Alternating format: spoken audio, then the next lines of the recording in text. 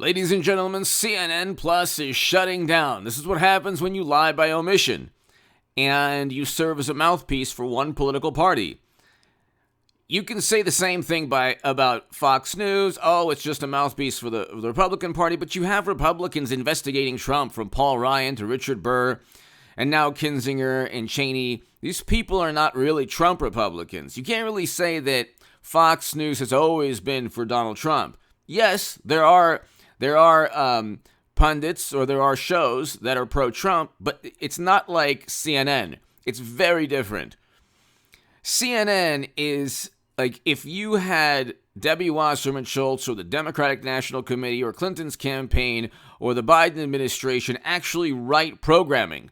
Like if they actually wrote programming, they would create CNN. If Trump actually wrote programming, it wouldn't be Fox News. So that's the primary difference. Hit subscribe to this channel right now, ladies and gentlemen. We're almost at 196,000 subs, people. Hit subscribe to the Stock Market Crash channel. I made it a featured channel of this channel, and it's my other channel, the Stock Market Crash channel. I have a very important segment out. That's below in the pinned comment, ladies and gentlemen. And I'm going to continue to do work on my comedy and satirical channel. That'll be below as well. CNN Plus is shutting down. It's shutting down because nobody is interested in even more propaganda and spin and apoplectic,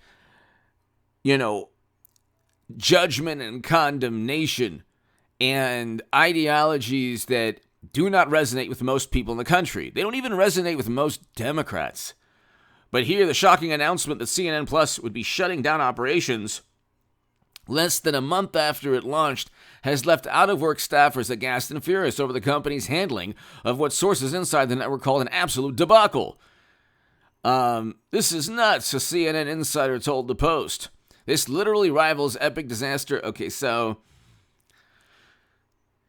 CNN Plus, which one insider estimated the network spent, CNN Plus, which one insider estimated the network spent $300 million launching, and between $100 and $200 million in advertising, will cease streaming for good at the end of the month.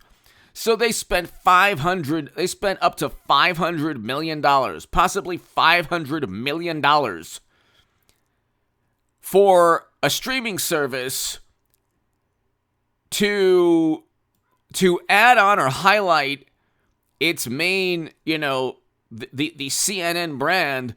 Why would you want to do that? Why would you want to go on the internet when you don't, did you not have enough of the apoplectic and manic and hysterical coverage on every topic?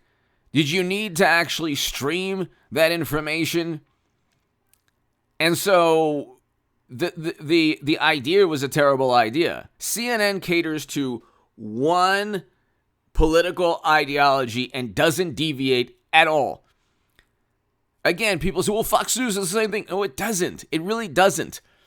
Because like I said, if Trump could design a network, it wouldn't be Fox for a number of reasons. If the Democratic Party could design a network, it would be MSNBC and CNN. I mean, they're both the same. MSNBC could be, they're both the same. What they do is they create conflict, like Jack Dorsey stated, and Jack Dorsey presided over helped create a dystopian nightmare called Twitter that actually creates conflict and arguments and distrust and anger and angst and frustration every single day. So he should be very proud of himself for calling out Brian Stelter, which is accurate, but you have any topic is going to be spun to Trump is bad, Democrats are good, morally superior, wonderful, highly educated liberal Democrats and experts have this consensus. This consensus is agreed upon by everyone, but, if you don't agree with it, you are paid by the Kremlin, you are a horrible monster, a bigot, someone who's prejudiced, and also paid by the Kremlin, and falls outside of the mainstream. Your views are harmful to others. We can't prove how your views are harmful, but they are. Trump actually was installed by another country, but Trump is bad for undermining democracy because he didn't accept results, but CNN and Democrats won't accept the fact that he defeated Clinton because he was installed by another country. How do we know? Because James Clapper and Brennan and other contributors who happen to be Intel officials, former Intel officials, well, they're on CNN telling you the truth. And it's like, you look at all of these pundits. Don Lemon has his own issues, legal issues pertaining to what happened at a restaurant.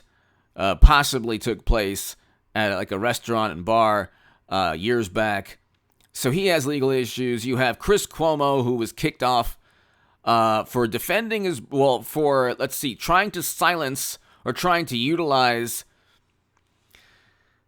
his job as an anchor to help his brother, Andrew Cuomo, who was given an Emmy by Hollywood. So all these people, it's like, after he was accused by numerous women, not only Andrew Cuomo, but Chris Cuomo also, and his handling of you-know-what cost the lives, according to Democrats, of 10 to 13,000 New Yorkers. That's according to a Democrats in New York. We can't get into that topic. And so, let's see, you have numerous employees of CNN that we can't really talk about who were indicted of and arrested for the most despicable accusations. Let's see. You have Zucker, the president of CNN, resigning. You have Veritas coming out. They've come out with videos of key executives or of meetings of pundits on record, on the video, not on record, but on video, saying, oh yeah, you know what, our goal was to just undermine Trump. That's the only thing, like, that's what the cable station exists, CNN, to undermine Trump and prop up the Democratic Party. Before Trump was elected, he, in 2016, he was a menace to society. And I was on CNN a couple of times. I was on MSNBC. And so I was on CNN, 3 times or so. And it's like when you walk into the studio, it's just, some of these studios, they just have all these millions of, like 20, 30 flat screens. And it's like on the walls, and you see like the CNN studio in Los Angeles, not that luxurious. The MSNBC is a little bit better, the studios. But you're walking in, it's like a theatrical performance. Even when I was on the left, I was the biggest Bernie Sanders booster on the internet, according to the Huffington Post, and the unofficial scribe of Sanders' most hardcore voters, according to the Washington Post. I support President Trump now because I want a great economy. So if you don't want a great economy, then just enjoy what we have now. I want a great foreign policy. If you don't want a great foreign policy, enjoy what we have now. I want anyone opposed by the Lincoln Project people, Bill Kristol, all the Bush, Cheney, and Rumsfeld Republicans, and all the Democrats who set up and framed Trump and claimed that he was installed by the Kremlin. If those people oppose you, I'm going to vote for you as president. So, and now Tulsi Gabbard is going after Mitt Romney, and who else? I think, Keith Olbermann, I think. And she's right. She should sue anybody that engages in the most libelous or slanderous behavior. You can't just accuse somebody of propping up another country's talking points without any evidence. Or say, oh, this is harmful. It's going to lead to people's lives being lost. Like, you can't prove that. That's how they get away with everything. Oh, this information is going to hurt people. Meanwhile, as they spread information that's not true. They've had many stories retried, not just a couple. You've had CNN employees leave the network. You've had CNN anchors being forced out because they're protecting their, Andrew Cuomo, Chris Cuomo. You've had employees fired for, like I said, despicable accusations. The thing is like a dystopian nightmare. It's Orwellian in every sense of the word.